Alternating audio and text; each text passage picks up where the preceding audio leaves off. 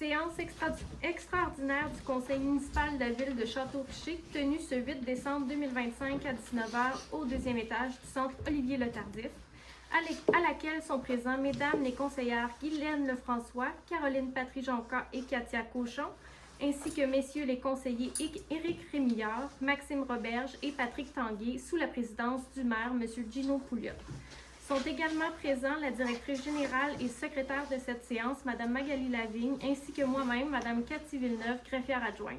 Les membres présents à l'ouverture forment quorum et la séance extraordinaire du 8 décembre 2025 est déclarée légalement constituée et ouverte à 19h. Merci beaucoup. Donc, je souhaite la bienvenue à tout le monde ce soir et je salue également les gens qui vont nous écouter, qui vont nous écouter via YouTube. Et j'aimerais rappeler aux gens aussi en même temps que lorsque c'est une rencontre extraordinaire, on a le droit de poser des questions seulement sur les sujets qui sont à l'ordre du jour. Donc, sans plus tarder, nous allons procéder à l'adoption de l'ordre du jour. Donc, considère que tous les membres du Conseil ont pris connaissance de l'ordre du jour ci-après, qui était contenu dans l'avis de convocation, qu'ils renoncent à sa lecture. Je réponds à un proposeur ou une proposeuse. Propose, M. le maire. Donc, M. Maxime Robert, je propose d'accepter l'ordre du jour de la séance extraordinaire du 8 décembre 2025 tel que déposé. Ceux et celles qui sont d'accord? D'accord. Merci, c'est adopté à l'unanimité. Maintenant, au point 4, c'est le règlement de taxation. Donc, c'est un avis de motion du projet de règlement numéro 644-25 imposant des taxes et exigeant des compensations pour rencontrer les obligations de la Ville au cours de l'exercice financier 2026. Donc, conformément à l'article 356 de la loi sur les cités civiles, par la présente, donne avis de motion qui sera adopté à une séance subséquente, le règlement numéro 644-25, imposant les taxes et exigeant des compensations pour rencontrer les obligations de la Ville au cours de l'exercice financier 2026. Donc, je dépose ce projet. Le dépôt étant fait, nous passons au point 5, qui est la nomination d'une secrétaire d'Assemblée. Donc, considérant que le greffier de la Ville sera absent lors de la séance extraordinaire du Conseil municipal du 17 décembre 2025 et considérant qu'il y a lieu de nommer une secrétaire d'Assemblée pour consigner par écrit les actes et délibérations du Conseil municipal lors de la séance du 17 décembre 2025, je propose que Mme Magali Lavigne, directrice générale, soit nommée secrétaire d'Assemblée pour la séance du 17 décembre 2025 uniquement. Ceux et celles qui sont d'accord? D'accord. Merci, c'est adopté à l'unanimité. Donc, nous allons aussi au point 6, qui est l'autorisation de mandat pour vente de propriété. Donc, c'est l'autorisation de mandat pour la vente de propriété du 110 rue Saint-Achillé.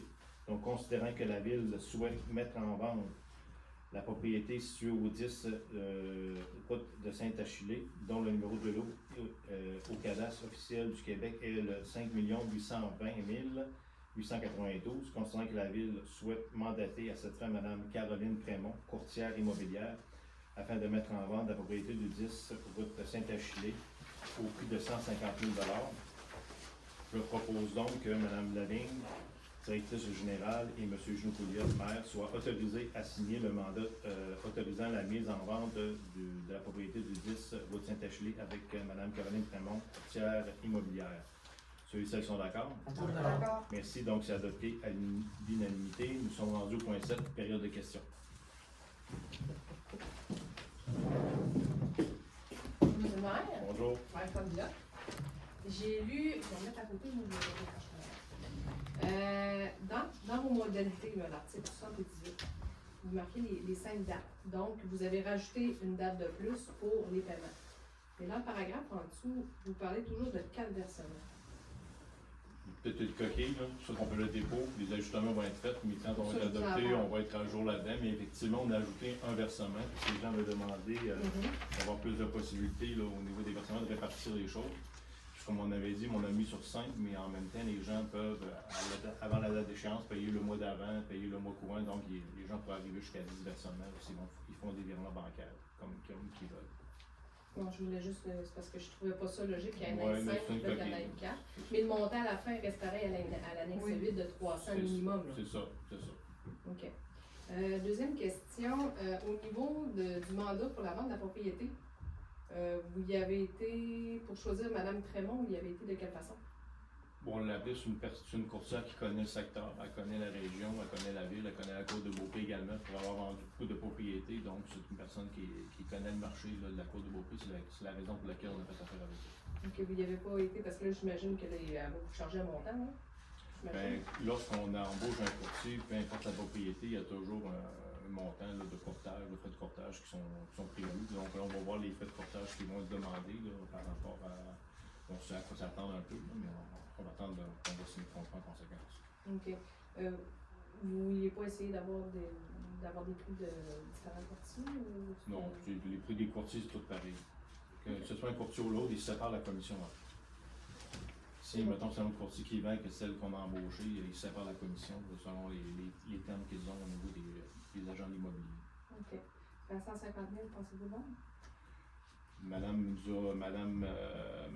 Prémont, elle a évalué le marché, elle a regardé un peu la valeur des terrains, elle a fait des comparables. Comme je dis, elle connaît le coin, elle a suggéré ce montant-là, puis on a accepté. Puis on verra comment le marché va réagir, on verra c'est quoi les offres s'il y en a.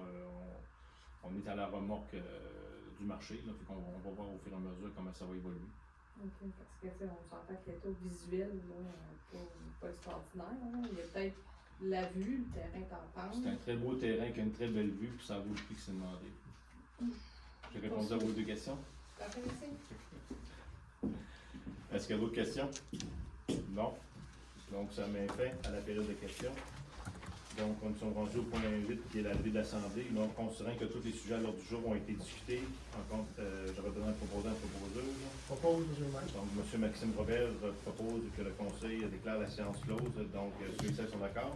D'accord. Merci, c'est adopté à l'unanimité. Merci à tout le monde d'avoir été présent. Bonne soirée, merci. Merci, Cathy. Une séance courte. Pas trop douloureux.